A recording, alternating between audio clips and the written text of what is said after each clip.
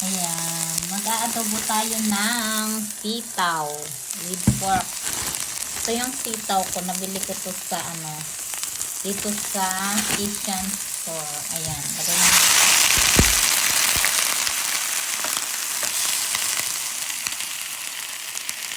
Adobo na ito.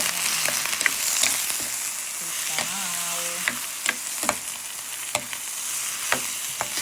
With pork. Ayan. Nasusunod na yung ating sibuyas pa yan. Onion. Adobo. Sitaw.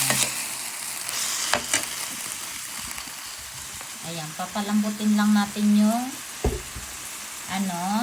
pork. And then, itong dato puti gagamitin natin. Ayan. Hihiwain naman natin itong sitaw natin. O diba? Ilang piraso lang to? 2, 4, 6, 2, 4, 6, 8, 9. O, 9. Pero mahahaba siya. Ayan, ng sitaw. Napakamahal. OMG.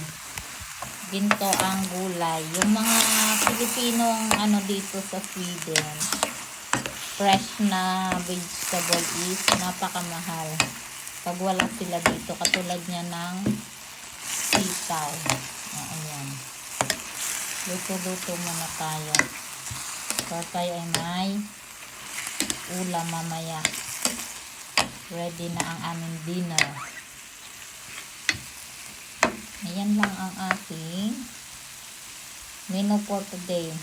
Adobo tayo ng pork. Palambutin lang natin yung ating pork.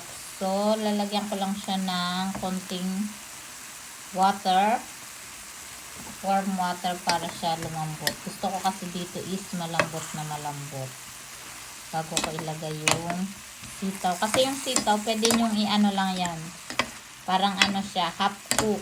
Para crispy pa rin siya. Ayan. Boil lang natin ito for, ayan, may timer naman ako. Lagyan ko siya ng konting water. And then, ito timer ko na siya.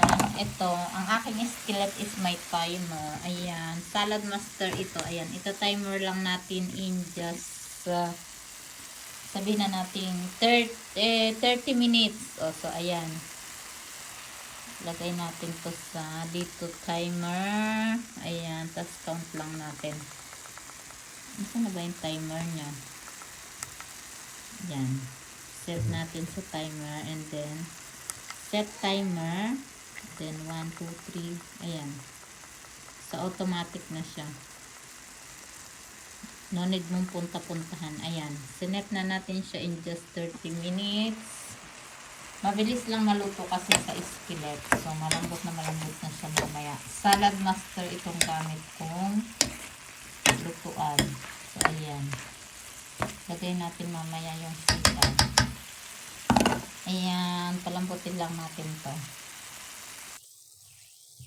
Ito na yung ating pork na pinalambot. Malapit na siya. So, check natin kung ilang minutes na lang siya.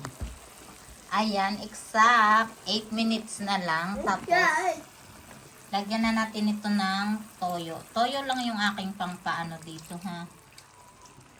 As in, wala na akong ilalagay. Tsaka suka konti. Tapos, ito yung paminta. Ayan, lagyan natin. And then, yung sitaw natin ito. Ayan, napakamahal lang sitaw dito. Pero fresh siya. Ayan, lagay na natin yung ating sitaw. Dito sa ating more macaroni. Okay, wait. Yes, wait lang. Ayan. Lagay na natin tong sitaw sa ating adobo. Tapos, maya in just a few minutes, lalagyan ko siya sa dulo ng vinegar. Ang ating vinegar. Ayan, kunin natin yung vinegar. Ayan. 7 minutes na lang siya.